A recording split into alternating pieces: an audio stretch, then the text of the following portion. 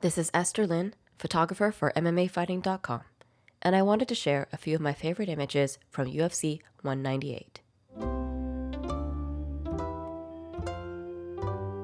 When we touched down in Curitiba, the airport was decked out in ads for UFC 198 throughout the baggage claim all the way to the exit doors. It seemed we had the first afternoon free, so Guilherme Cruz, Casey, and I went to the famed botanical gardens. We ventured the grounds, absorbing a bit of that charm and calm for the week ahead.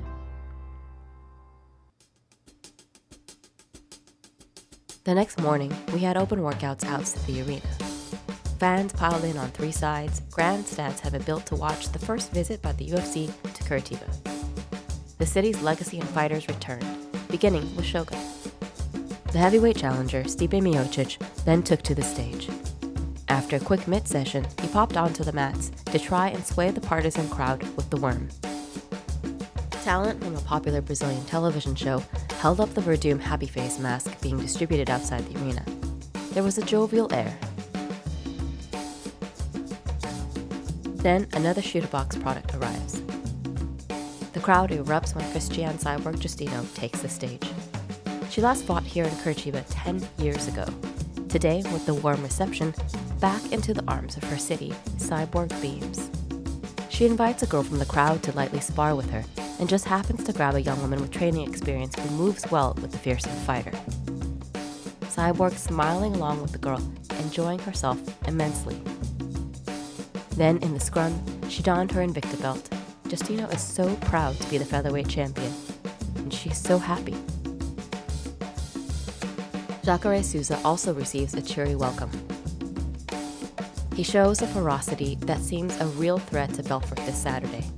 You can feel his sharpness coming to a point. And champ Mauricio Verdum caps off the day with big kicks, helicopter arm bars, and doing his happy face with the fans wearing theirs. I read a lot of comments detesting Verdum's silly expression, but I don't see why it angers so many. It's as if we only understand shit talk and animosity as fight fans.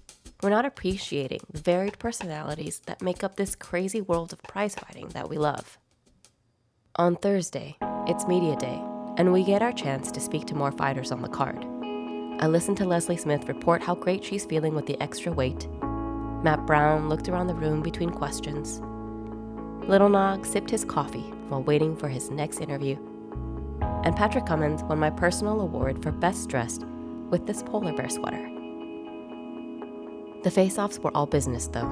Cyborg and Leslie Smith were very jovial in their press scrums, but here they were both quite stern. And as we should already know by now, Verdum is not the type to take this too seriously and flashes his happy face at Stipe Miocic, who looks to be elsewhere, eyes staring far past the cameras in the room. The next day, a steady stream of fans filed into the Arena de Baixada for weigh-ins. The inside was so impressive. This massive concrete and steel structure, covered essentially by a gigantic softbox. I took a photo with Jason Silva, a photographer based here in Curitiba. He was such a kind host here in the city. I'd say one of the main perks of my job is meeting wonderful people all over the world. However, since Matt Brown was fighting a Brazilian and not working alongside them as I was, he was met with a much more hostile welcome. The immortal responded in kind to the chants of "You're gonna die." But we're here to see Cris Cyborg Justino. I know, you're thinking, this is not the main event. But Cyborg's ascent to the scale gets the loudest cheer. The daughter of Curitiba has returned. I speak so much about the Face Forward, a holdover from Strikeforce and Invicta, and how it offers this second view for the fans. And here, it reiterates the tension in this bout, the real competitive fire between the two women here. Jacare and Vitor had an intimidating square-off as well. Verdum and Miocic had theirs, and it was what it was. But I was still thinking about Cyborg and Smith. The fights weren't until late evening on Saturday, so our team set out for the Oscar Niemeyer Museum to admire the architecture and take in a wonderful cross-section of Brazilian art. We encountered the perfect blue sky specked with clouds upon arrival, the first blue I'd seen since the gardens on Tuesday. And inside, I was excited to see a Vic Muniz print in person.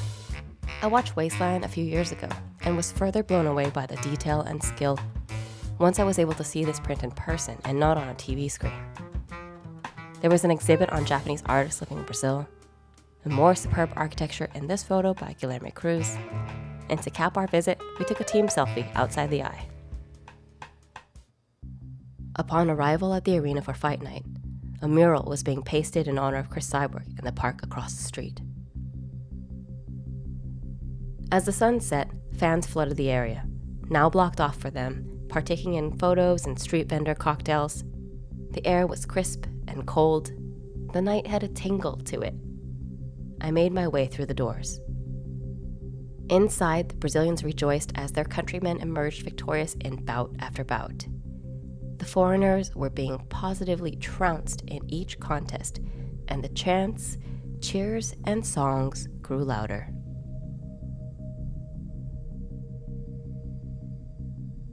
The volume seemed to come to a head during Demian Maia versus Matt Brown, as Maia stayed glued to the American fighter's back throughout 3 rounds, while outside the cage, fans threw back Brown's middle fingers at him. It was deafening when Maia locked in the choke. That final panic on Brown's face, mixed with Maia's sweet joy, seemed to swirl out of control as Matt Brown exited the cage to jeers and errant fists. The tone of the night seemed to shift.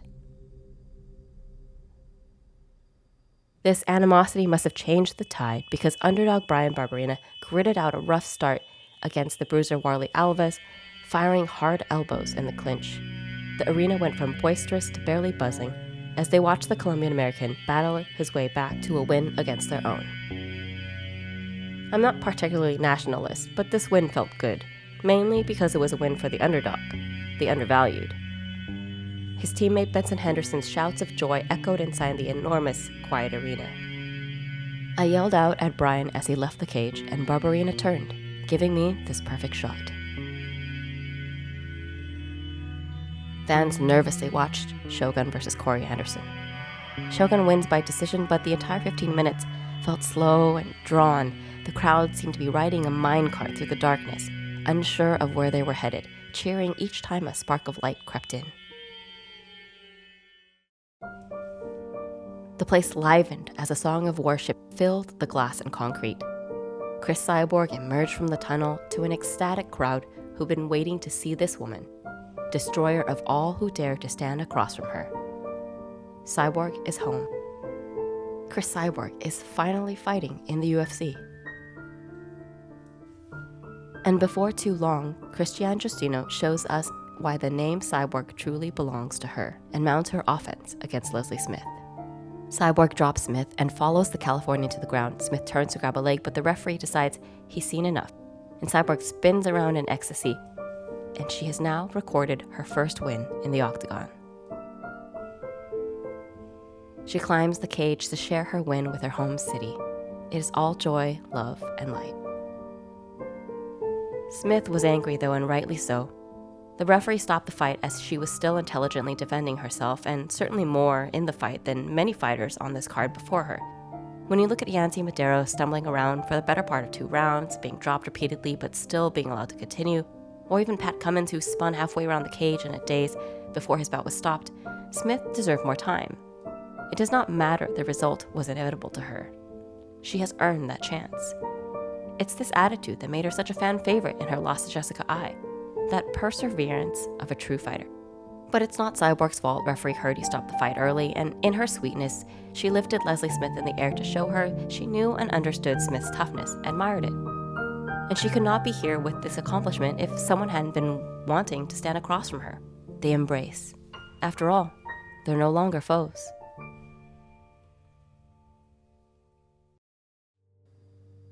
Up next, Jacare's victory is succinct and brutal. Punishing. Belfort lays on the canvas as Souza rounds the cage in celebration. Blood pours down the side of his face and pools under his head and in his hair. Jacare walks out, the lights lining him in this darkened arena, looking like his namesake in all its primeval savagery. we hear the sound of engines. Ayrton Senna's victory theme sails through the air, and you can almost feel the wind of race cars zooming by. Verdun pays tribute to one of the greatest sporting heroes of Brazil in his walkout. The Cutman House greets the champ with a Verdun mask on.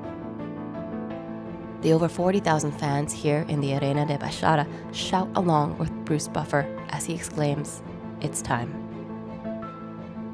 Verdun looked around the arena, taking in the enormity of the space. Seemingly all of Brazil was watching. Miocic stared straight across the cage at the champion. After an early exchange, Verdun started to give chase, recklessly advancing towards the American as if there were only a single round allotted for this title bout. Miocic countered into the leaping champion. And in an instant above me, Miocic stepped back and fired a perfectly placed right hand as Verdun surged into him and crumpled face first into a heap. Coupled with the sudden silence in the arena, it sounded like a wooden house collapsing under an unsustainably heavy roof. The strike seemed so short. It was as if his switch was turned off. Miocic scaled the cage in celebration, while Verdun still lay on his side, slowly coming to. A harsh spotlight blasted through the chain link across Verdun's back as he sat up, watching the man who vanquished him, shouting in jubilation. Strobe lights flashed as Joe Silva placed the belt upon the new champ, lightning stunning the onlookers. Stipe looked down at his belt with such pride. It almost seemed like we were not here, that this was such a private moment for him. The crowd seemed to dissolve into the darkness.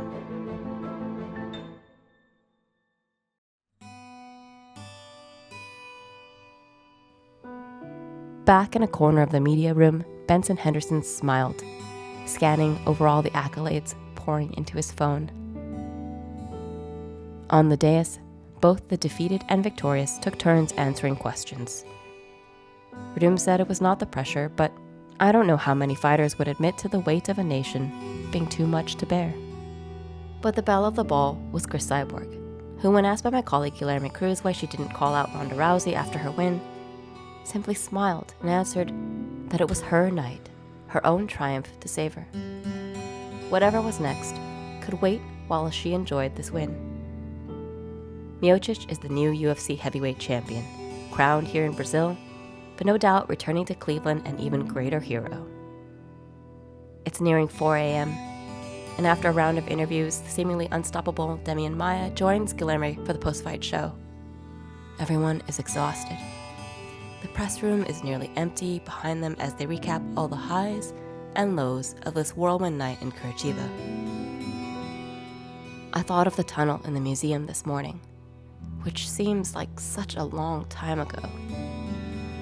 I am walking through it towards an uncertain future, a new champion, new stars, and the promise of great battles to come.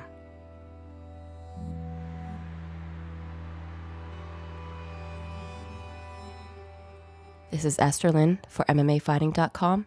Thanks for watching.